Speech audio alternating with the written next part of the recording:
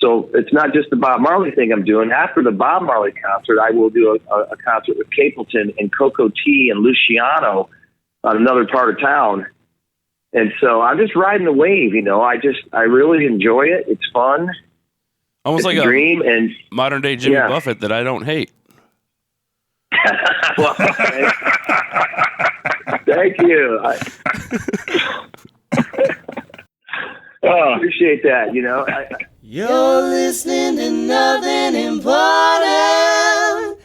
Please enjoy the show. That's great. That works.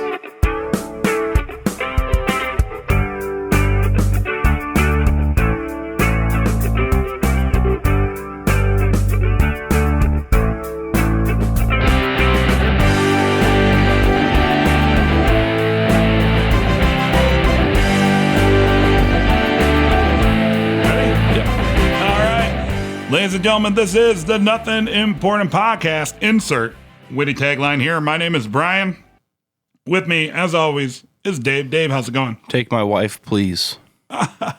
You need a tie. Yeah, right. So, Dave, kind of a fun episode of Nothing Important this week. Kind of. Don't sound so excited. So that's that Eeyore-ness. I'm just playing that up. I'm playing that up. Yeah, but it's very cool. We spoke to Rich Hardesty, who is a musician that we've been listening to since like 1999. Very, very, very long time. Very long time, and it's good to know that he's still doing it. And making really cool, interesting moves right in what he wants to do. Exactly. You know, he talked a lot about that, being the Jamerican, I think is the name that he used. Which is great for him. You know, when I look at bands and stuff like that and people who can play instruments, you know, I'm always like, damn, you know, like I've either never taught myself how to do that or I can't do that. And I'm always kind of amazed and amused by it.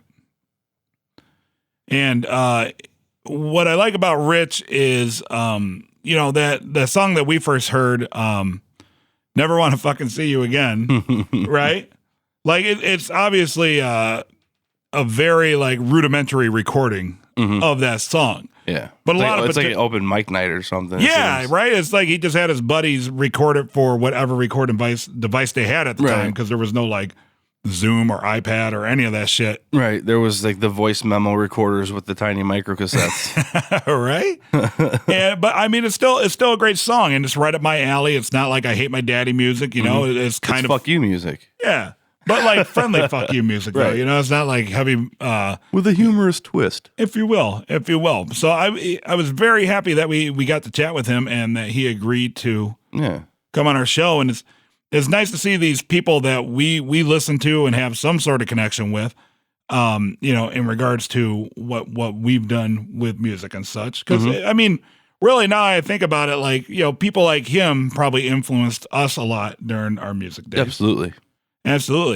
And then when I saw that he was still making music, I'm like looking back and it's still like the feel good, don't take yourself too serious. Let's sing about, not necessarily, I wouldn't say like positive, but it's definitely like. Turn your phone off while recording, sir. Hold on. Here we go. It's not necessarily positive, you know, like, it's not like, everything is peachy, and I love flowers and bumblebees. And no, stuff but like it's still like uplifting and feel goodery. Right? Is that the word I used talking to him? Yeah, feel goodery. Exactly. Yeah.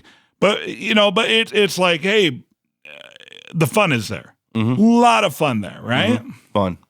Absolutely, a lot of fun there. Dave, when we were talking to Rich, you actually kind of brought a parallel between Jimmy Buffett and Rich Hardesty, and how and what did you just read to me? He is Rich Hardesty is a member of the Parrot Head Web Ring, and molds his music around the same laid back, feel good feel of the legendary Jimmy Buffett. Nice. So you were spot on. I was spot on, and I think that kind of laissez-faire attitude, good times attitude, comes out when you speak to the guy, right? So enjoy our chat with Rich Hardesty, super cool dude. After the mid-show music break featuring Rich Hardesty. And now, the fake outrage of the week. So you don't really watch football, Right, Brian? Not at all. Okay. Well, most of what I've learned about football is what I picked up either seeing you wear a Bears jersey or me giving you a hard time about them losing, even when they don't lose. So everybody that listens to the show knows that, obviously we're from Chicagoland. I'm a big Bears fan. Mm-hmm. And maybe sour grapes. I hate the Packers, but the Packers are doing a lot of complaining about the NFL overtime rules. Okay. So here's my complete ignorance on this, but this is how this is my idea of what the overtime rules are. Okay.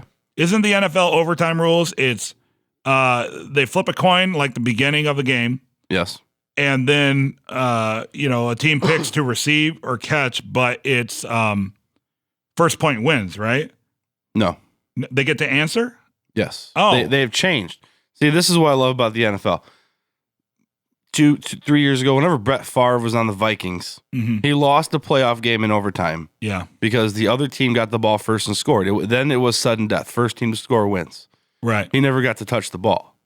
Brett Favre didn't get to touch the ball, so everybody starts freaking out. They actually changed the rules to say... Why wouldn't he touch the ball? He was the quarterback, because the other team got the ball first and scored.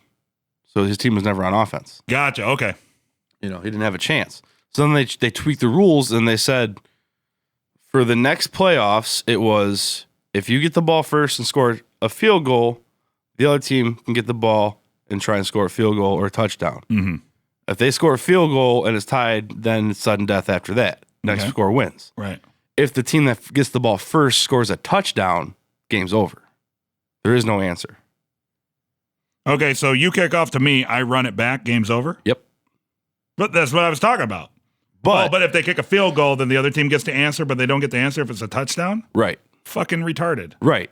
It is fucking retarded, but that's the fucking rules. Right. Okay, so it was like that for the playoffs last year. Uh-huh. And then they said we're going to do it for the regular season. So that this rule's been in effect for over a year in the regular season. Mm-hmm. And now that Green Bay was in a playoff game where the other team got the ball first and scored a touchdown, Aaron Rodgers didn't get a fucking chance to score any points for his team. Now everybody's flipping the fuck out about it. Shut the fuck up, Packers fans. If you really wanted a chance to win, score more points in regulation.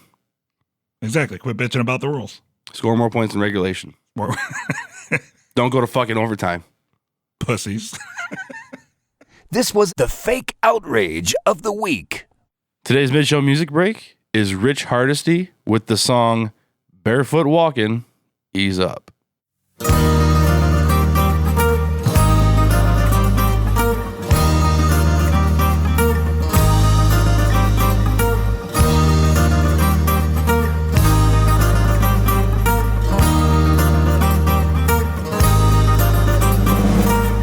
Gonna quit these cigarettes, leave my ex-girlfriend to rest. My hometown is a drinking fest, flying solo is the best. I'm not gonna take advice from friends more screwed up than me. I'm gonna quit this dead-end job, I'm gonna set me free. I'm gonna ease up, heading to my second home. I'm gonna ease up, and I'm flying all alone. I'm going barefoot, walking, leave my cares behind. I'm going barefoot, walking high on island time. I'm not gonna sit around to see who wins the race. They'll tell you what you want to hear and slap you in the face. I'm not gonna hang around with the mindset of the masses. Throw away my watch and buy some cheap sunglasses. I'm gonna ease up, I'm heading to my second home. I'm gonna ease up, and I'm flying all alone. I'm going barefoot, walking, leave my cares behind. I'm going barefoot, walking high on island time. Ease up, island of the spices. Everything is chill and everything is nice, yes. Ease up for this evening, take it nice and slow. Blaze a little spliff for the sunset show. I'm gonna quit these cigarettes, leave my ex-girlfriend to rest. My hometown is a drinking fest, flying solo is the best. I'm not gonna take advice from friends more screwed up than me. I'm gonna quit this dead-end job, I'm gonna set me free. I'm gonna ease up, I'm heading to my second home. I'm gonna ease up, and I'm flying all alone. I'm gonna ease up, I'm heading to my second home. I'm gonna ease up, and I'm flying all alone. I'm going barefoot, walking, leave my cares behind. I'm going barefoot, walking high on island time. I'm going barefoot, walking, leave my cares behind. I'm going barefoot, walking high on island time. High on island time. High on island time. I'm high on island time. Yes, I'm high on island time. You know I'm high on island time. And now, an excerpt from the book of things Dave doesn't care about. Oscar boycotts. Are you seriously going to tell me that you saw even the trailer for Concussion and think Will Smith deserves an Oscar nomination? Make better movies, people. Make better movies. This was an excerpt from the book of things Dave doesn't care about. You're listening to Nothing Important. Ladies and gentlemen, on the Someone Important Hotline, it's Rich Hardesty. Rich, how's it going today? Hey, it's going great. Hello, Chicagoland. Wagwan, everything, Chris. Hey, Brian, tell the people who Rich is. Rich is, well, I will. I was going to get into that, Dave. Thank you. All right, so Rich Hardesty. Rich is a musician that Dave and I actually discovered like back in 99, 2000, right, Dave? It was something like that, yeah. It was around our freshman, sophomore year of college. Absolutely. Very, very folksy, very well-humored music. Rich, probably like a lot of people, our first exposure to you was I Never Want to Fucking See You Again. Yeah, I think that a lot, actually. Yeah, you know what the funny thing about that is to this day, I still have no idea how I came across it, though. But I think that was during the time when there was like a Napster and LimeWire thing going on. I think it just kind of popped into my computer. Oh, wow. Yeah. Yeah. Where'd you guys go to school at? Illinois State University. Okay. Yeah. That makes sense. I mean, I remember when Napster came out because I'd have my computer online, and if you didn't have the right buttons on, you shared your entire library. Yeah. And at first, I really didn't realize what I was doing, so I was sharing a lot of stuff, and you could see who was downloading it and how many people were downloading it, and that was pretty interesting back then. I still have a Napster file. I probably shouldn't say that, should I? Yeah, we won't tell anybody. Oops. Well, anyway, there's nothing in it anymore, of course, but right. I used to have that file somewhere. We were just, and I remember back then, because I really love that song. Dave knows, and I've talked about it a million times on our podcast and through other projects that we have, is like, I am not personally a fan of, like, I always call it, I hate my daddy music. I'm not a fan of that kind of music at all. Like the sad wine baby music.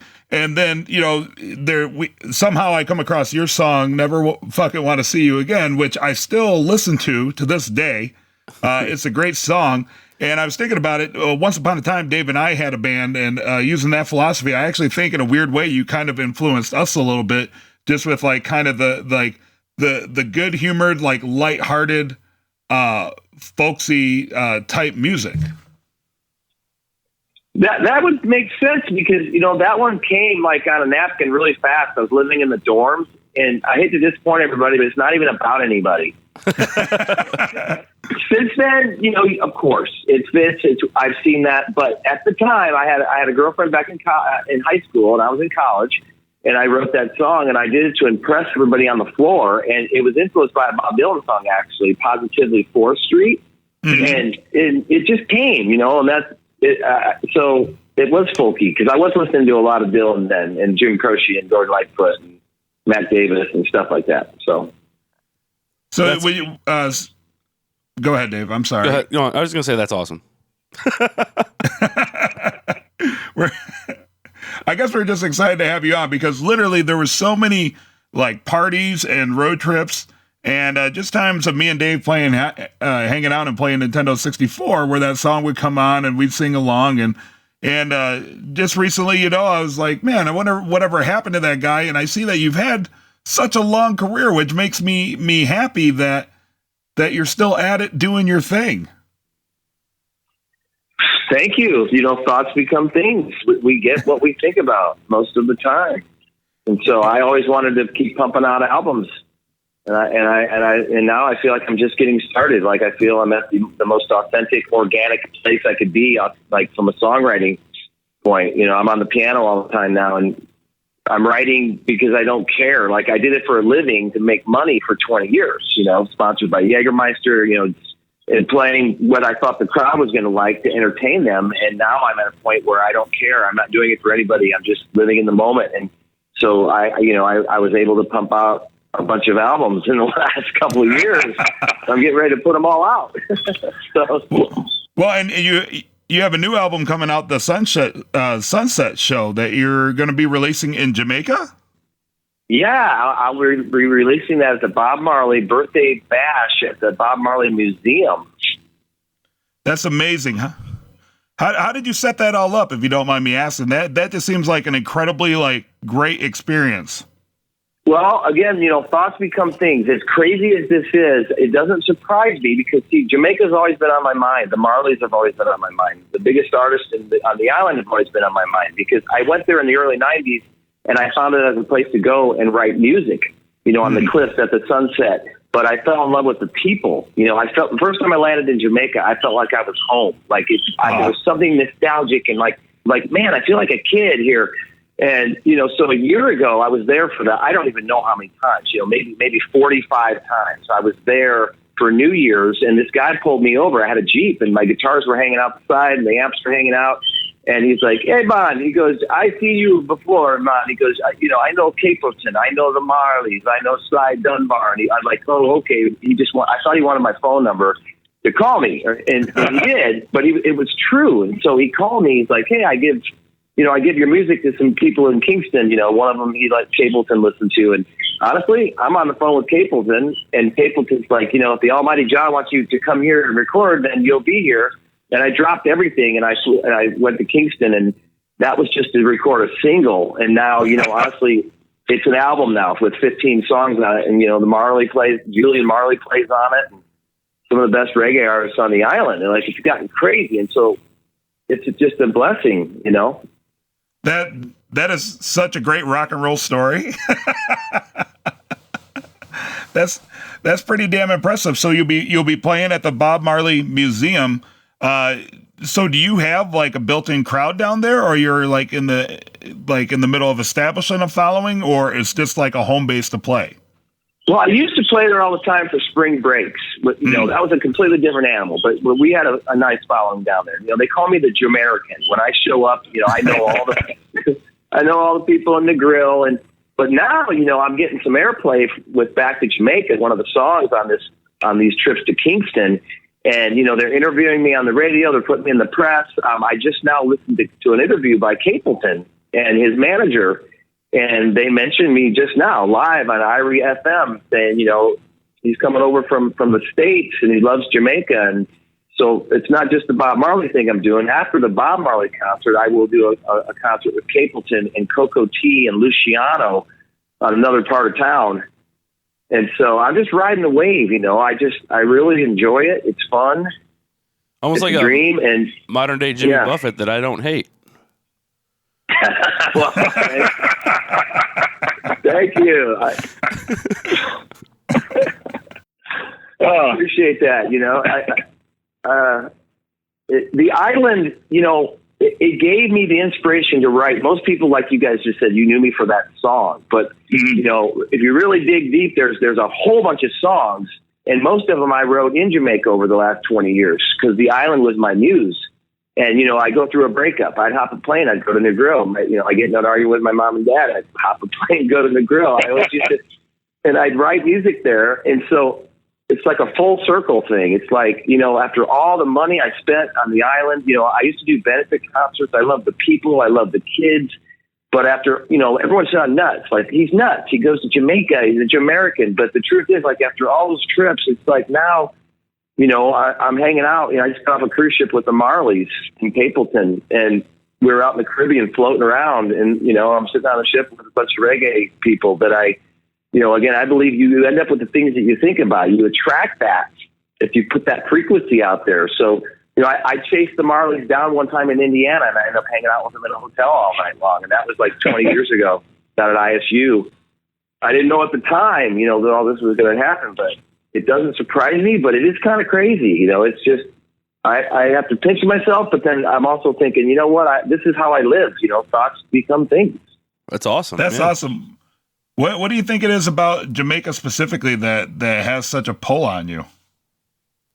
Well, I remember the first time I stepped off the plane, I remember just taking in the island air. I love the salty air, but it was the island of the spices, but so all the things that grow on that island. But I mean, honestly, the people took me in. I stayed up in their villages and their homes, and I hung out with them and I talked, and we had long conversations. And some of my best friends have died there. I'm thinking of 3 people from Good Hope who are no longer with us, but we were like brothers and family. And, some of them have come here and I've shown them America. So I feel like I'm drawn to it in a mystical way.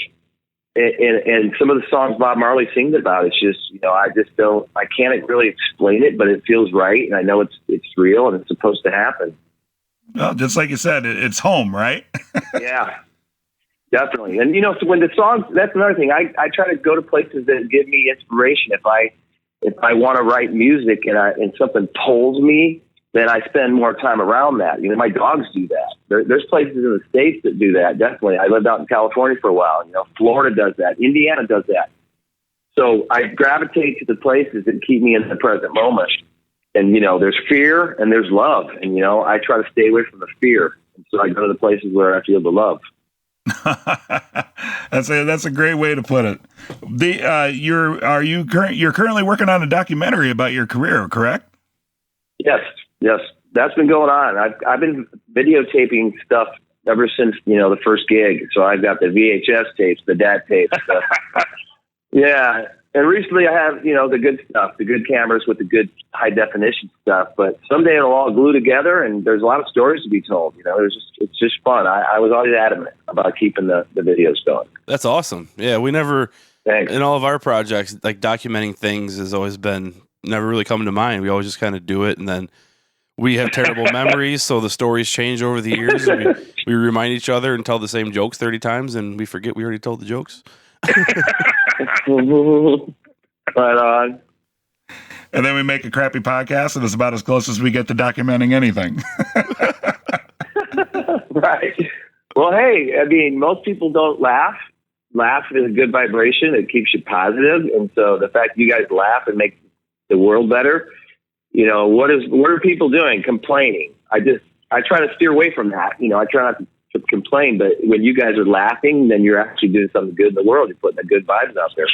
Right. Yeah. We call the show Nothing Important because we don't want to talk about important or serious things. Usually it's just, we want to have a good time and keep it light. And, right. I'm big on energies too. And, positive energy it's way more beneficial than bitching and moaning and hating on people. Although we do hate on people sometimes, but we try to be funny about it. Right.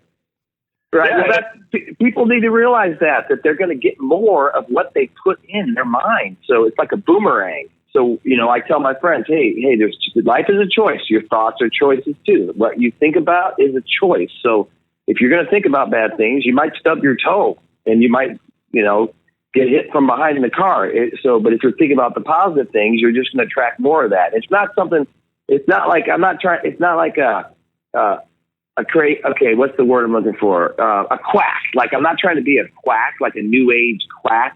Mm-hmm. They measure frequencies now in our brains, and they can take pictures of the waves and the frequencies and the vibrations.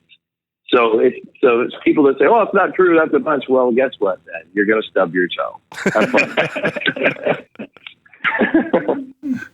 Well, Rich, I got to tell you, it's been an absolute honor for me to have you on the show. And as I've kind of reacquainted myself with you and your music over the past couple weeks, and then kind of made the jump a few days ago to get you on the podcast, I'm so happy to see that you're still doing the lighthearted, not too much bitching, like the lighthearted, happy, folksy type, good time music. Yeah, feel goodery music. I totally appreciate that, and I'm absolutely honored that you came on our show today. Well, I really appreciate you guys reaching out to me after all this time. Much respects to you guys. And, that's all I want to do is put out positivity and help the world. And if I can keep doing it with my music, that's what I want to do. Making a difference. Like, I just got back from California, and my niece took me to a high school, and I got to play for kids and sophomores in high school. And, the bars were fun, the nightclubs were fun. That was a 20-year career, but there's a lot of things right now that give me goosebumps, and they're not the things I thought that I'd be doing in the music career. The Marley thing is fun, going over there and hanging out with those guys. But I got to be honest, when you see kids with a hunger in their eyes in a high school with a burning desire, and they want to know, how do you do this? And if I can throw a positive nugget at them and make a difference right now, I could see myself doing more of that stuff, helping the youth of the world, the youths. Someone's going to have to pick it up when you move on. Exactly. Did I say that right? Yeah. Yes. Did you just wish death on Rich Hardesty? Was that sound like a threat almost? No, I was just speaking of the inevitabilities of life. Yeah. Well, Rich, once again, I hope everybody checks out your website, richhardesty.com. Make sure to buy the music, buy the albums, support Rich. He's an awesome guy. He came on our show, and literally we've been listening to him for since 1998. Thank you so much for coming on, Rich. We appreciate you guys. All right, thank you. Be sure to follow Nothing Important online at nothingimportantpodcast.com. Find us on iTunes, on Twitter at NotImportantPC, and you can also find us on Facebook. Nothing Important is recorded with help from Third City Sound in Joliet, Illinois. Thanks for being awesome.